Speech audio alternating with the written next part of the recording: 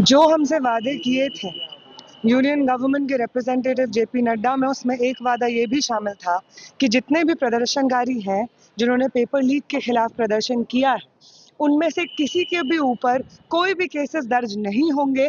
जितने भी केसेस दर्ज हुए हैं वो वापस होंगे। लेकिन हम देखते हैं कि बिहार में 500 के करीब जो स्टूडेंट्स हैं अलग अलग जगहों पे अलग अलग जेलों में बंद हैं। हम देखते हैं कि पालीगंज के एमएलए कॉमरेड संदीप सौरभ को अरेस्ट कर लिया जाता है। यहाँ पे आइसा के प्रदेश अध्यक्ष और सचिव कॉमरेड धनंजय, कॉमरेड दीपांकर को अरेस्ट कर लिया जाता है।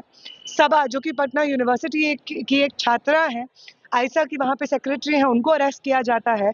कॉमरेड दिव्यम, जो पटना यूनिवर्सिटी के छात्र हैं, उनको अरेस्ट किया जाता है। और इसी तरीके से सिवान, सारण में तमाम जगहों पे वो स्टूडेंट्स जो सिर्फ प्रोटेस्ट कर रहे थे पेपर लीक के खिलाफ, उन्हें अरेस्ट किया जाता है।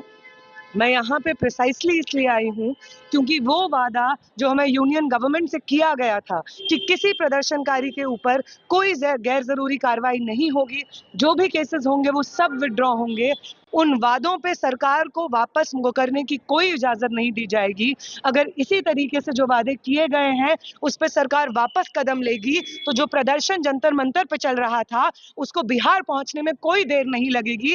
किसी भी तरीके का प्रोसिक्यूशन, किसी भी तरीके का विच हंट जो इस वक्त छात्रों का यहाँ पे हो रहा है, प्रदर्शनकारियों का हो रहा है, बिल्कुल भी टॉलरेट नहीं किया जाएगा।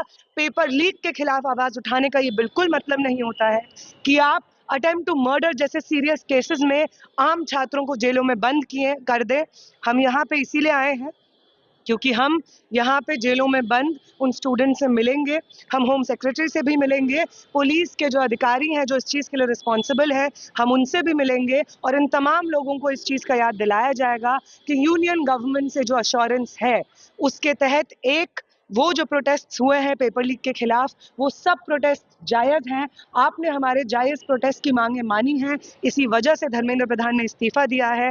और दूसरी बात कि आपने जो वादा किया है कि कोई भी प्रोटेस्टर के ऊपर कोई कार्रवाई नहीं होगी, केसेस जो दर्ज हुए हैं वो वापस लिए जाएंगे, इन तमाम वादों पे सरकार को खरा उतरना होगा, वरना वो प्रदर्शन जो जंतर मंतर पे चल रहे थे वो बिहार में बिल्कुल अगर बिहार की बात की जाए तो पटना में ही 258 छात्रों को गिरफ्तार कर लिया गया है। बंगाल में भी यही स्थिति है, बहुत सारे छात्रों को वहां भी गिरफ्तार किया गया। कैसे देख रहे हैं, दूसरे राज्यों में जहां बीजेपी की सरकार है वहां भी गिरफ्तारी हो रही है और किसी को रिहा नहीं किया जा रहा है। हम इसको बिल्कुल इस तरीके से देख रहे हैं कि वो रेजिग्नेशन जो आपको आपके मंत्री से दिलवाना पड़ा क्योंकि इस देश के छात्र और नौजवान सड़कों पे उतरे हुए थे और आपकी सरकार की इज्जत पे आ बनी थी, आपकी इज्जत पे आ बनी थी, प्रधानमंत्री की इज्जत पे आ बनी थी।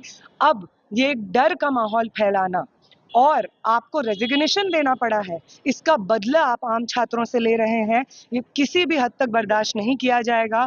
बंगाल और असम जैसे राज्यों में, मुंबई में हम देखते हैं कि जो छात्र गिरफ्तार हैं उसमें अधिकतर छात्र मुस्लिम छात्र हैं। ये भी जो एक तरफा टारगेटिंग हो रही है, कम्युनल टारगेटिंग हो रही है मुस्लिम स्टूडेंट्स की, ये भी बर्दाश्त नहीं की जाएगी। इनफैक्ट जितने भी स्टूडेंट्स इस वक्त जेलों में बंद हैं उनकी रिहाई की मांग हम यहाँ से कर रहे हैं।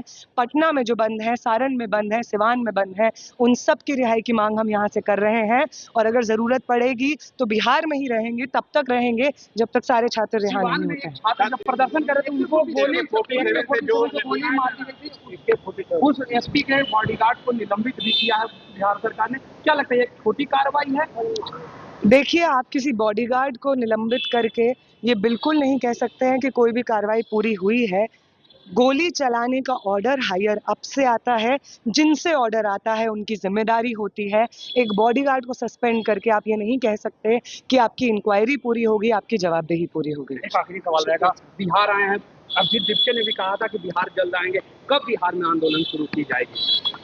अगर सरकार ये मांगे नहीं मानती है और जो प्रदर्शनकारी है उनको रिहा नहीं करती है तो बिहार में आंदोलन की ज़रूरत होगी और वो आंदोलन सरकार ने खुद अपने खिलाफ तैयार किया होगा, क्योंकि वहाँ पे जो छात्रों को इन्होंने बंद किया हुआ है वो आम छात्र हैं, प्रदर्शनकारी हैं, ऐसे लोग हैं जिनके ऊपर बिना मतलब के फर्जी मुकदमे, अटेम्प्ट टू मर्डर जैसे सीरियस चार्जेस लगे हैं।